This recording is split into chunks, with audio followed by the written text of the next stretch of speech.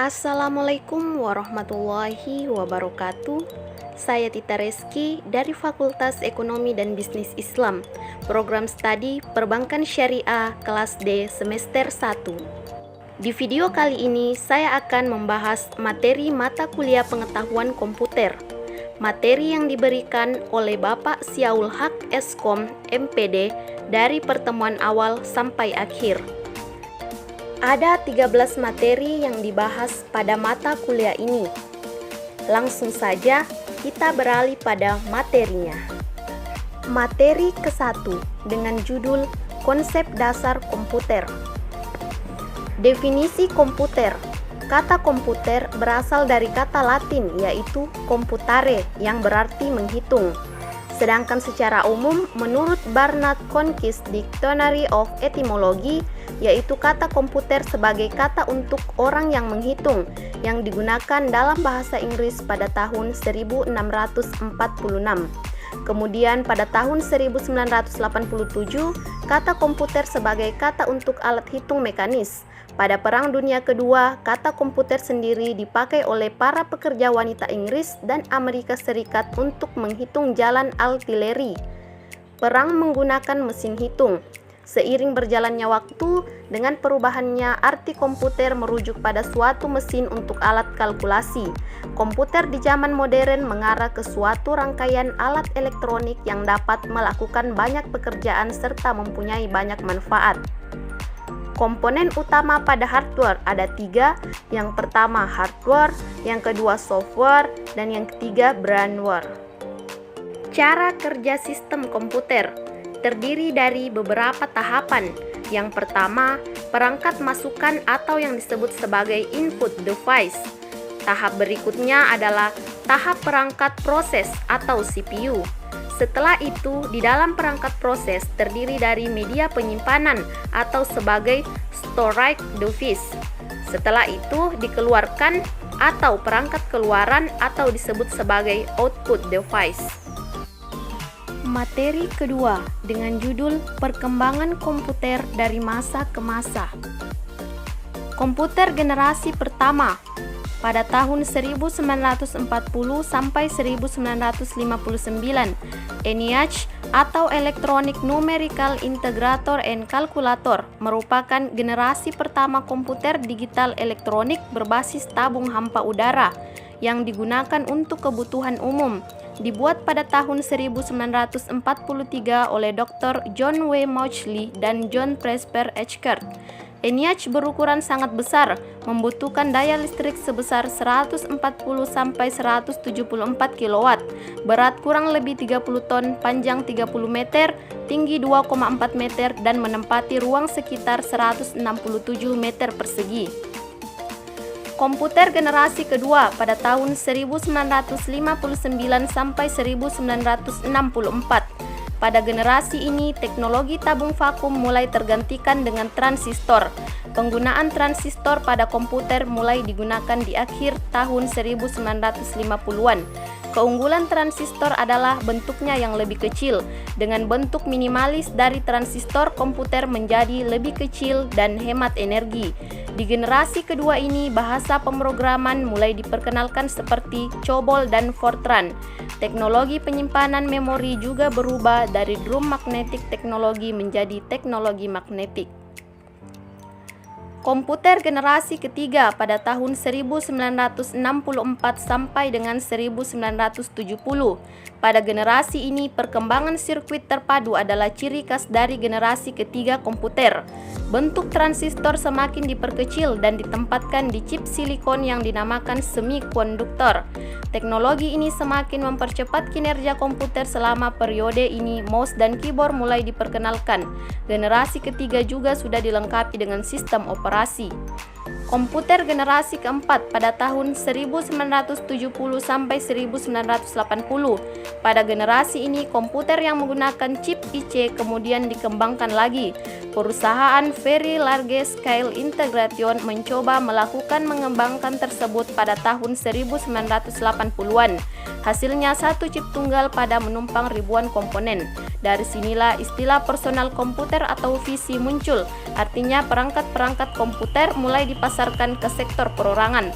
Tak berhenti sampai di situ, muncullah perangkat komputer yang mudah dibawa kemana-mana, yaitu laptop.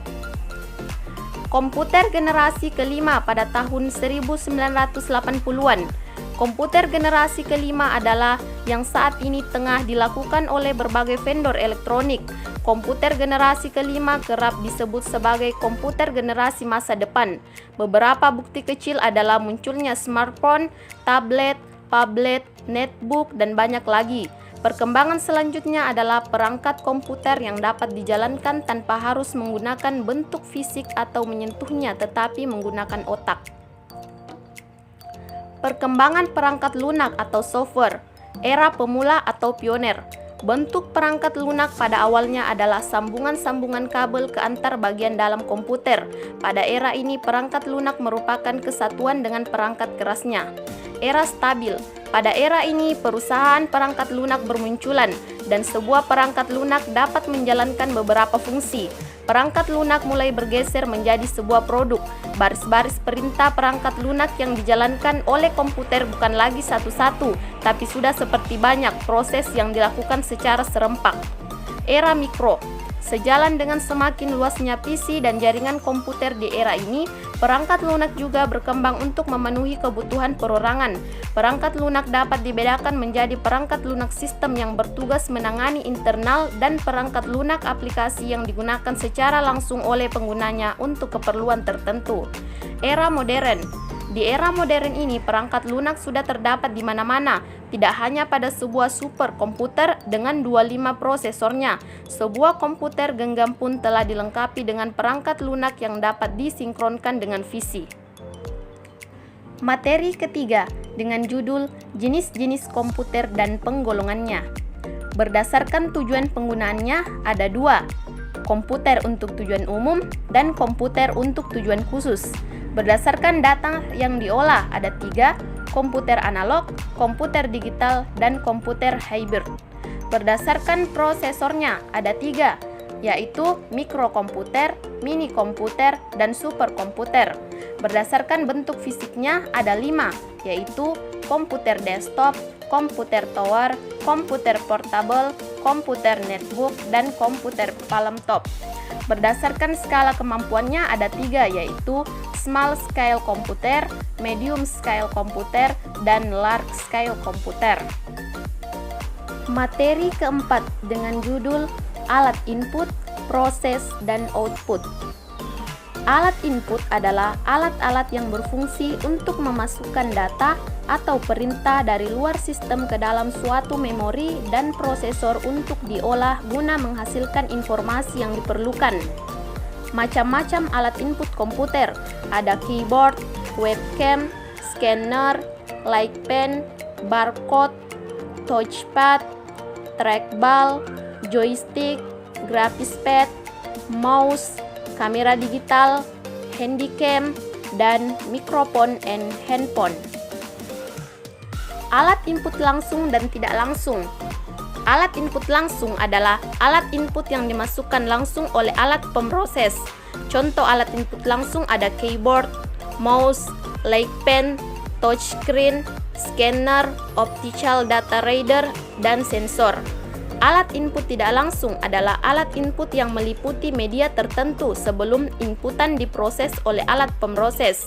Contoh alat input tidak langsung ada key push, key to tap, dan key to disk. Alat proses.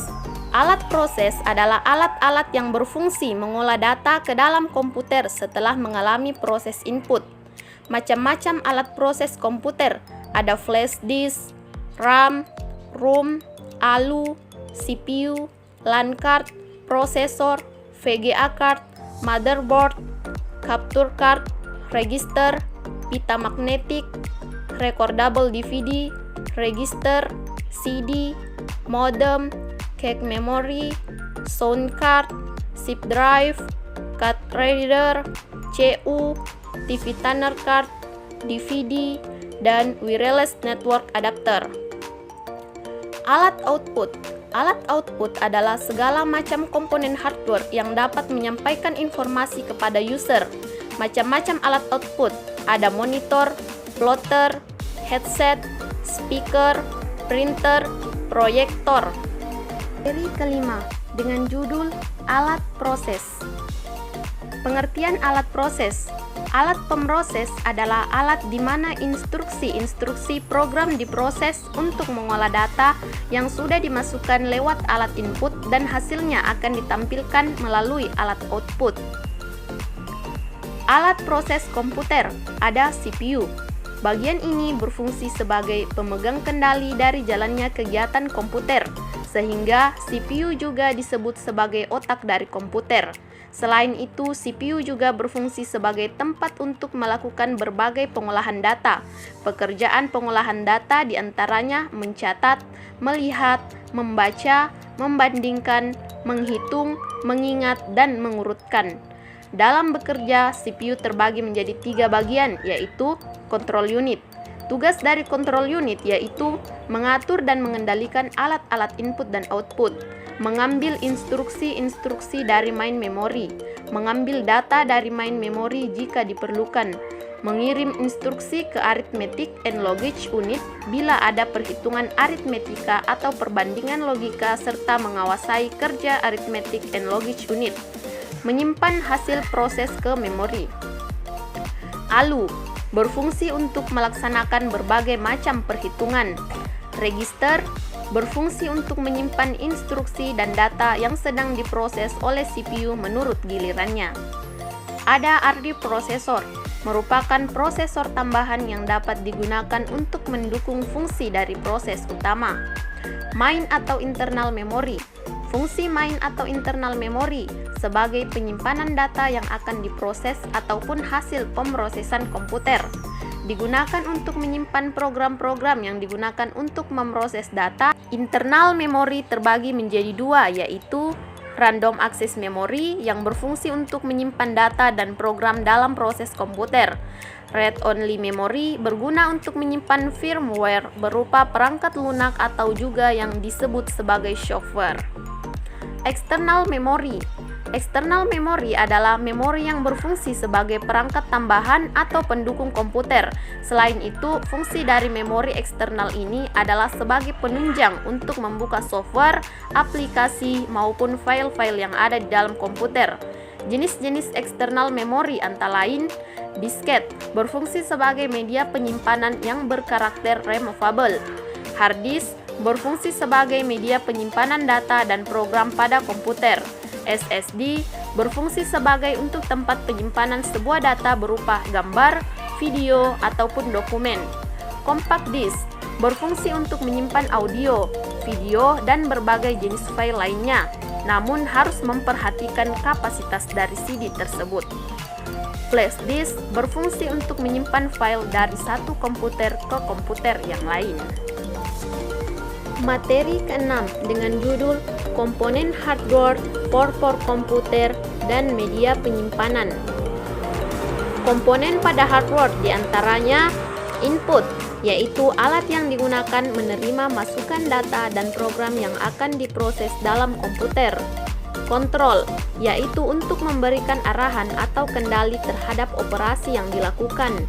Proses, yaitu kegiatan pada sistem komputer ketika mengolah data yang masuk lewat peralatan input dan akan ditampilkan kembali melalui peralatan output.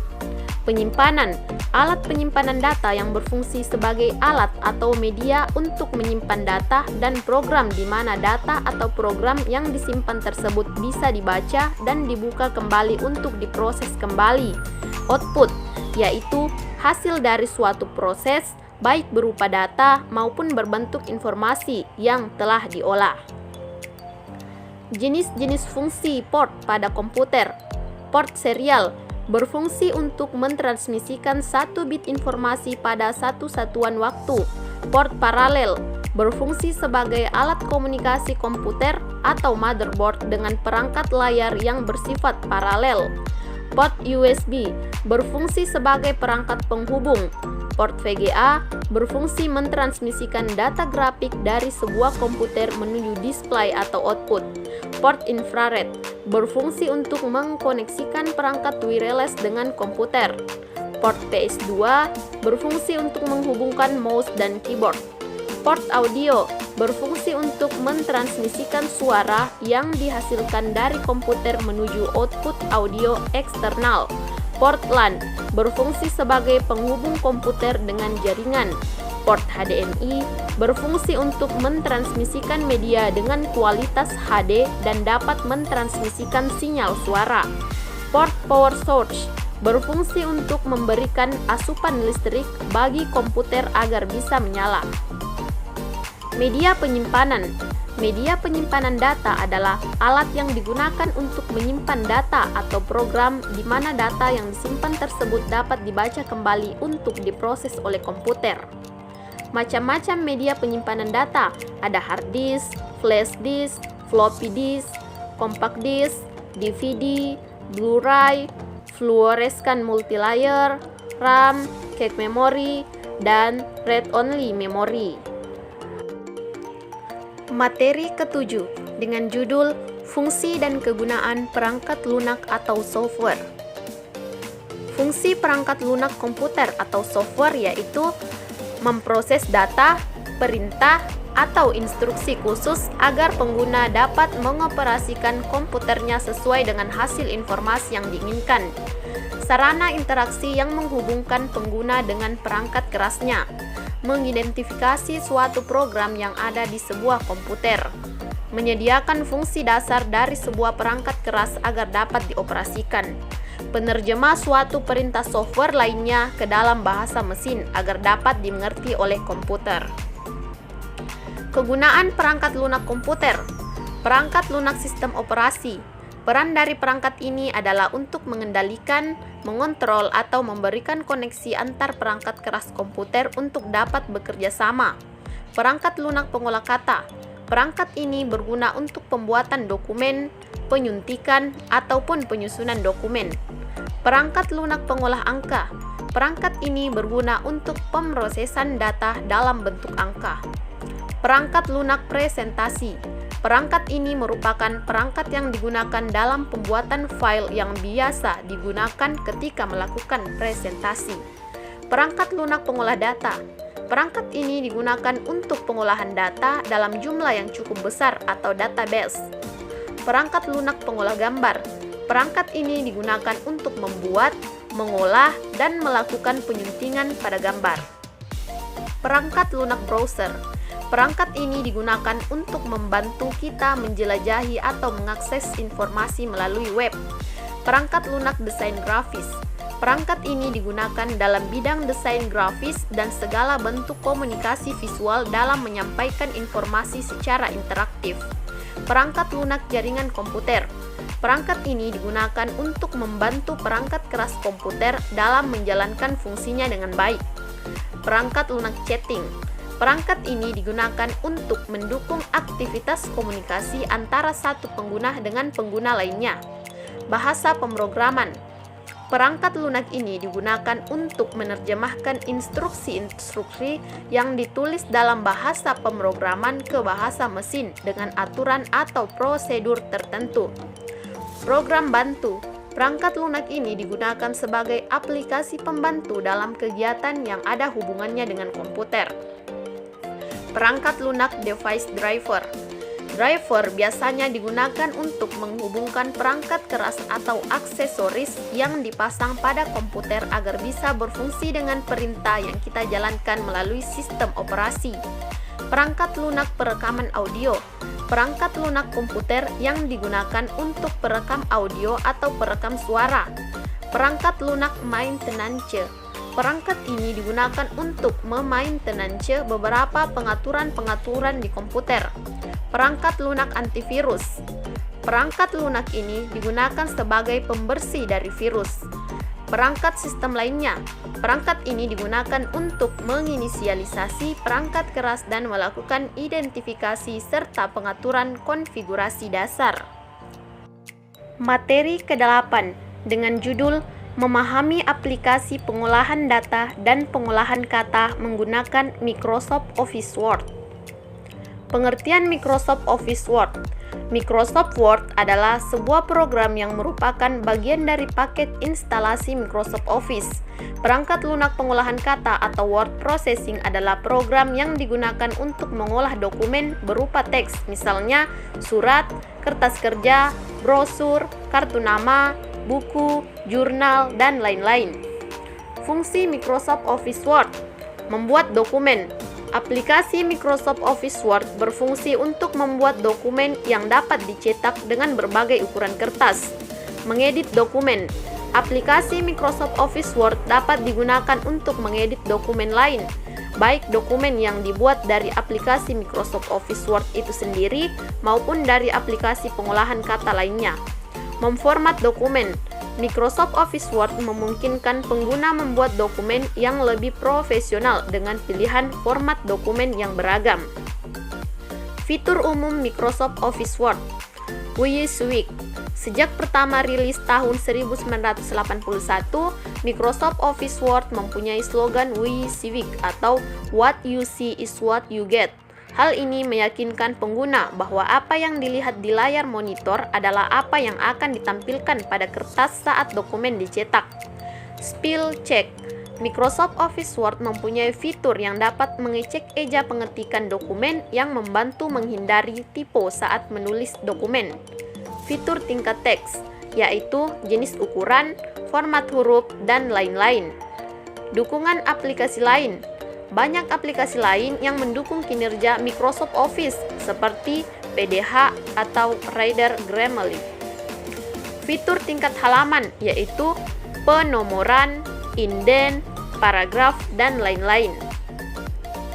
Manfaat dan kegunaan Microsoft Office Word. Membuat dokumen yang dapat dicetak seperti surat, laporan kerja, membuat dokumen dengan berbagai format, membuat dokumen yang lebih profesional dengan gaya penulisan yang beragam, seperti jenis font, warna, membuat surat dengan lebih cepat, dan membuat dokumen ilmiah dengan fitur references untuk mempermudah penulisan ilmiah. Tersedia beragam template yang dapat diunduh untuk mempercepat membuat dokumen. Mempermudah mengedit dokumen, dapat dibuka kapan saja, terkoneksi dengan SkyDrive untuk menyimpan dokumen otomatis secara online. Materi ke-9 dengan judul Mengaplikasikan aplikasi pengolahan data menggunakan aplikasi Microsoft PowerPoint. Pengertian Microsoft Office PowerPoint.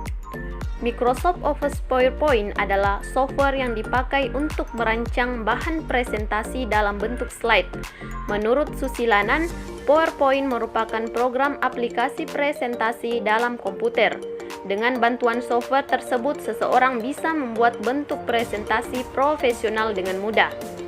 Fungsi Microsoft PowerPoint memudahkan pengguna mengatur materi yang hendak disampaikan, membuat audiens lebih gampang memahami materi presentasi karena hanya menampilkan poin-poin utama yang disuguhkan dalam bentuk slide, membuat penyajian materi lebih berkesan, apalagi jika pengguna menambahkan animasi-animasi di dalamnya. Kelebihan dan kekurangan Microsoft PowerPoint. Kelebihan Microsoft PowerPoint: memudahkan pengguna membuat slide presentasi, dilengkapi beragam tools, template bervariasi, dapat diekspor ke PDF, memiliki fitur kolaborasi, terdapat fitur cloud service, fitur authoring sangat advanced. Kekurangan Microsoft PowerPoint: hanya bisa digunakan pada platform Microsoft. Ketidakstabilan dokumen pada tiap versi, tergolong program yang tepat. Materi ke-10 dengan judul Memahami dan mengaplikasikan beberapa aplikasi pengolah data menggunakan Microsoft Excel. Pengertian Microsoft Office Excel. Perangkat aplikasi pengolah data adalah program yang difungsikan untuk mengolah data berupa angka. Microsoft Office Excel adalah sebuah program atau aplikasi yang merupakan bagian dari paket instalasi Microsoft Office. Berfungsi untuk mengolah angka menggunakan spreadsheet yang terdiri dari baris dan kolom untuk mengeksekusi perintah. Fungsi Microsoft Office Excel: membuat, mengedit, mengurutkan, menganalisis, meringkas, dan memformat data serta grafik, membuat catatan keuangan dan anggaran keuangan, menghitung dan mengolah investasi, pinjaman, inventaris, dan lain-lain, melakukan analisis dan riset harga, melakukan perhitungan statistika, membantu berbagai sektor bisnis untuk mempermudah melakukan laporan keuangan, membuat daftar nilai sekolah maupun universitas, konversi mata uang, membuat grafik persamaan matematika, membuat program Excel dengan visual basic, melakukan penelitian dengan berbagai metode penelitian, sarana pembelajaran komputer dan logika. Kelebihan dan kekurangan. Kelebihan: user interface yang mudah untuk dipahami, kompatibilitas dengan berbagai platform sistem operasi, mudah dipelajari untuk pengguna pemula, tersedia lisensi dalam versi grosir, mempunyai ekstensi, terpopuler untuk software spreadsheet, dapat membaca ekstensi standar spreadsheet, fitur pivot untuk mempermudah manajemen data. Spreadsheet yang besar dapat digunakan sebagai alternatif SQL untuk pengguna sederhana. Resource RAM dan memori kecil dibanding program sejenis. Digunakan oleh berbagai industri, instalasi, dan pekerjaan. Mendukung Visual Basic. Menyediakan fitur Research Pen untuk mempermudah mencari referensi analisis data dengan Microsoft Office Excel menurut para ahli terkait topik yang diteliti. Kekurangan: akses fungsi tertentu, jumlah sel terbatas, ADD-ins untuk disiplin ilmu tertentu seperti neural network, fuzz logic, tidak powerful dibandingkan software sejenis. Materi ke-11 dengan judul Memahami dan Mendalami Aplikasi Internet untuk Berbagai Keperluan. Pemanfaatan pengenalan aplikasi internet dan browsing. Pengertian internet. Internet adalah suatu jaringan komunikasi yang memiliki fungsi untuk menghubungkan antar satu media elektronik dengan media elektronik yang lain dengan cepat dan tepat. Pemanfaatan pengenalan aplikasi internet sebagai media untuk mengakses informasi, sebagai media komunikasi, memudahkan dalam pekerjaan media untuk bertukar sumber daya, media untuk mengakses berita. Manfaat internet dalam kehidupan sehari-hari, komunikasi menjadi lebih cepat, menambah wawasan dan pengetahuan, memudahkan dalam belajar, memudahkan dalam berbelanja, memudahkan dalam memasarkan bisnis, sebagai sarana hiburan, menghemat biaya dan waktu, dan memperluas ruang pertemanan. Dampak positif dan negatif dari internet dalam kehidupan sehari-hari. Dampak positif: memudahkan mendapat informasi, membantu dalam menyelesaikan masalah dan tugas, mendapat sarana hiburan, memudahkan dalam berbisnis, dan memudahkan proses komunikasi. Dampak negatif: terjadinya cyberbullying, perilaku negatif dan konten yang tidak baik untuk dilihat, maraknya isu hoaks dan penyebaran hoaks, adanya cybercrime yaitu kejahatan internet, misalnya penipuan, budaya asli mulai ditinggalkan. Browsing. Secara umum, pengertian dari browsing adalah suatu aktivitas yang dilakukan di dalam media internet dengan menggunakan aplikasi perangkat lunak yang bernama web browser. Pengertian browser adalah suatu aplikasi atau program yang dijalankan pada perangkat komputer untuk melihat konten yang ada pada media World Wide Web dengan memanfaatkan jaringan internet.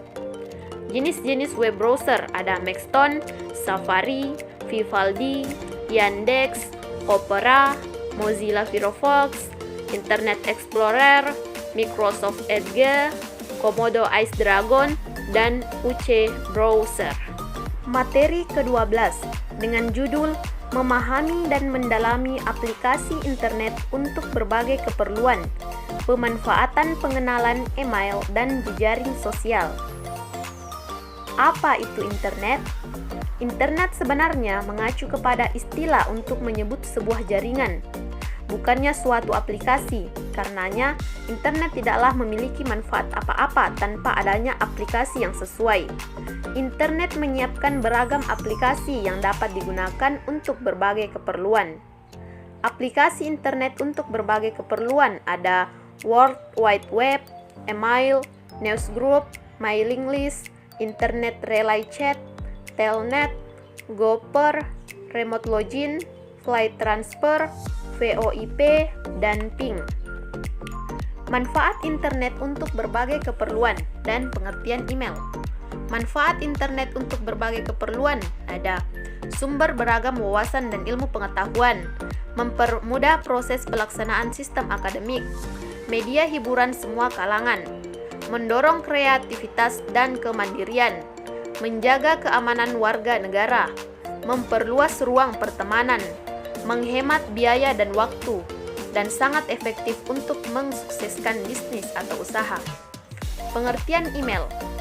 Email atau surat elektronik suatu sarana untuk mengirim dan menerima surat atau pesan dengan format digital melalui jalur jaringan komputer dan internet.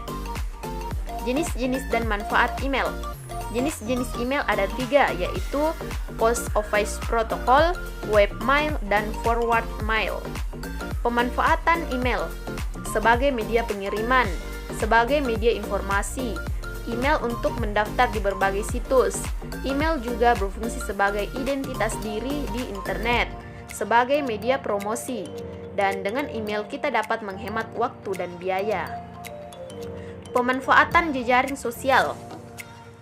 Membuat pekerjaan atau bekerja di internet itu sendiri untuk menggali kreativitas serta mengekspresikan diri, membantu mencari dan menggali informasi atau data dengan cepat, memudahkan dalam memperoleh informasi sehingga manusia tahu apa yang terjadi, memudahkan transaksi dalam bisnis sehingga tidak perlu ke pasar, sebagai media pertukaran data, dan bisa digunakan sebagai lahan informasi untuk bidang pendidikan, kebudayaan, politik, ekonomi, dan lain-lain. Seri ke-13 dengan judul Peranan Sistem Informasi dalam Bisnis. Pengertian sistem informasi. Menurut John F. Nash, pengertian sistem informasi merupakan kombinasi dari manusia, fasilitas atau alat teknologi, media, prosedur, dan pengendalian yang ditujukan untuk mengatur jaringan komunikasi yang penting, proses transaksi tertentu dan rutin, membantu manajemen dan pemakai intern dan ekstern, dan menyediakan dasar untuk pengambilan keputusan yang tepat. Peran utama sistem informasi dalam bisnis diantaranya mendukung operasi bisnis. Sistem informasi yang ada dapat menyediakan dukungan bagi manajemen dalam operasi atau kegiatan bisnis mulai dari akuntansi hingga penelusuran pesanan pelanggan. Mendukung pengambilan keputusan bisnis. Sistem informasi dapat memberikan laporan secara akurat yang dapat dikombinasikan untuk membantu menjalankan bisnis dengan lebih baik. Mendukung keunggulan bisnis. Sistem informasi dirancang untuk dapat membantu pencapaian sasaran strategis perusahaan dalam menciptakan keunggulan bersaing di pasar. Bagaimana sistem informasi dapat mengubah bisnis? Sistem informasi dan teknologi sangat penting bagi perusahaan saat ini.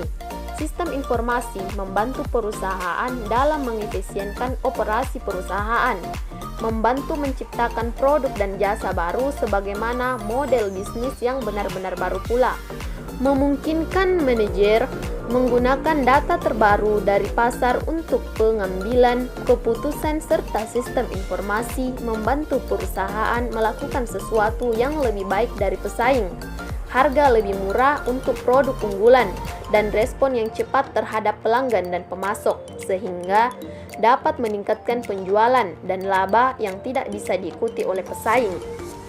Contoh sistem informasi dalam bisnis. Di era digital saat sekarang ini, teknologi berkembang dengan sangat pesat, di mana perkembangan tersebut dapat dimanfaatkan dalam berbagai bidang termasuk di dalam industri. Di dalam dunia industri, setiap saat selalu ada teknologi baru yang muncul yang mana sangat membantu industri tersebut untuk berkembang, Salah satu perkembangan teknologi yang terjadi pada industri adalah perkembangan teknologi informasi. 5 hal dasar yang perlu diketahui seputar sistem informasi atau biasa disebut 5 area pengetahuan sistem informasi. Yang pertama, konsep-konsep dasar. Konsep dasar ini meliputi keperilakuan, teknik, bisnis, dan manajerial yang termasuk ke dalam berbagai komponen dan peran sistem informasi. Yang kedua, teknologi informasi. Konsep-konsep utama, pengembangan dan berbagai isu manajemen teknologi informasi yaitu meliputi hardware, software, jaringan, manajemen data, dan teknologi berbasis internet. Aplikasi bisnis. Penggunaan utama dari sebuah sistem informasi yang berguna untuk operasional, manajemen, dan juga kompetitif bisnis. Proses pengembangan. Sebuah proses di mana para pakar dan praktisi bisnis melakukan perencanaan, pengembangan, dan pengimplementasian sistem informasi untuk memenuhi kebutuhan bisnis. Kelima, tantangan manajemen.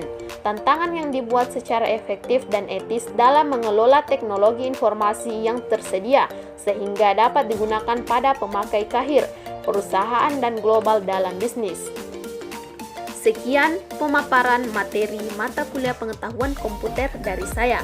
Wassalamualaikum warahmatullahi wabarakatuh.